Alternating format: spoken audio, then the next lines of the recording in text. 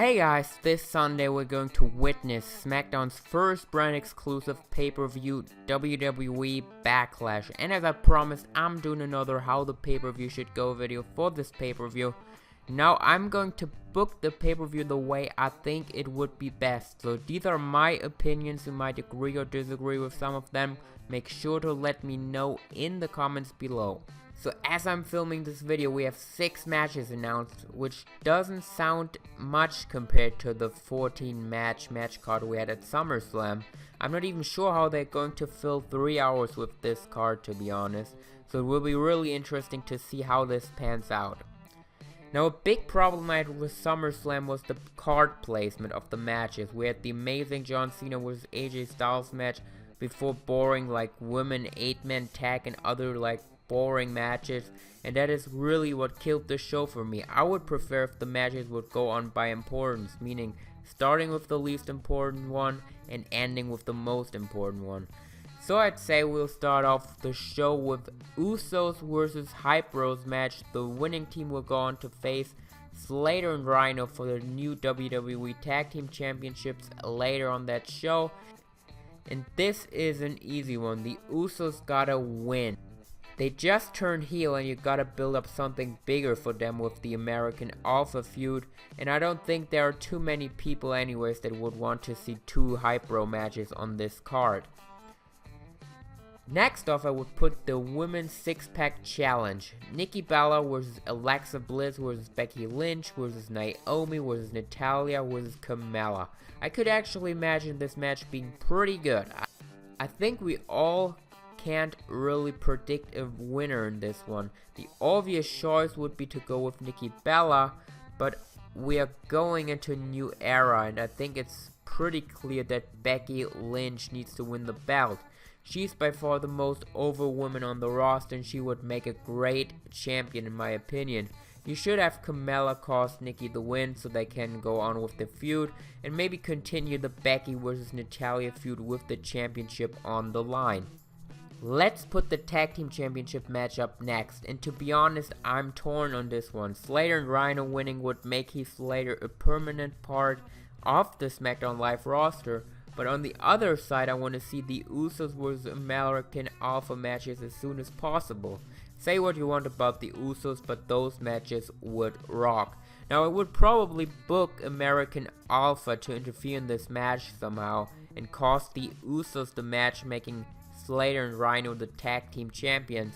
Then you could go on with doing an Usos vs American Alpha #1 contenders feud or 3-way tag title feud with Slater and Rhino involved in it too. Next off, we have the Intercontinental Championship, which is really gaining some prestige in the last few weeks.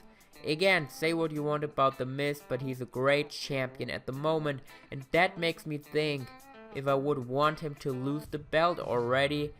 On the other hand, we have Dolph Ziggler, who really needs a win here.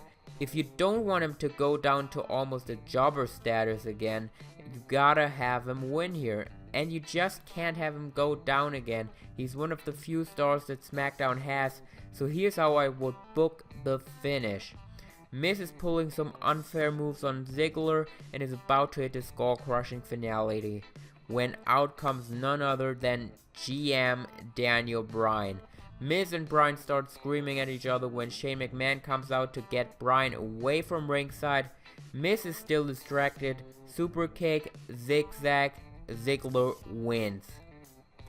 Now you could move on from there. You could have Miz continue his feud with Bryan. Of course Bryan won't wrestle himself, but there are other ways to make it work, and Ziggler can go on to have show-stealing Intercontinental Championship matches with guys like Apollo Crews or Kalisto. Next off, we have the Viper take on the God, and gosh, is it hard to pick a winner here. Orton is coming off a big loss at the hands of Brock Lesnar, and Bray Wyatt kinda loses all the time anyways. Both need the win, but Wyatt needs it more. I'm really beyond frustrated with the booking of Bray Wyatt. It's the same every time. Bray randomly picks a guy that he attacks. They have a great feud leading up to a big pay-per-view match that Bray loses. Vince apparently think losses don't hurt Wyatt, but they really do in my opinion. Anyways, I'm pretty sure Orton and Wyatt will deliver a great match. Please, a spot I really want to see is Randy going for his RKO setup when Bray turns around into the spiderwork. I think that would be really cool.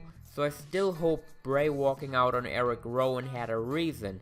Probably not, but I do hope so. The only way I would be fine with Wyatt losing in this match is if he would get attacked by a returning Luke Harper with Rowan on his side.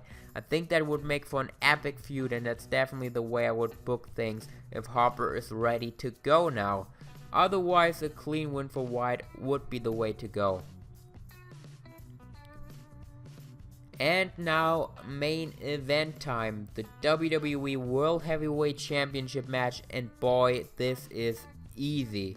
AJ Styles got to take home the belt. Now, you have a guy in Dean Ambrose that is really good on the mic, but in the ring he just lacks something to me. His moveset is way too small, and he just fails in long one-on-one singles matches. I still remember both of his pay-per-view matches with Jericho that dragged on forever, and he couldn't deliver a good match against Dolph at SummerSlam either.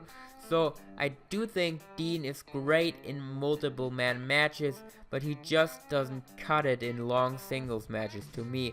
While AJ Styles can get an amazing 20-minute match out of a broomstick, this guy is simply the best in the world right now, and he even proved that he can be great on the mic as well.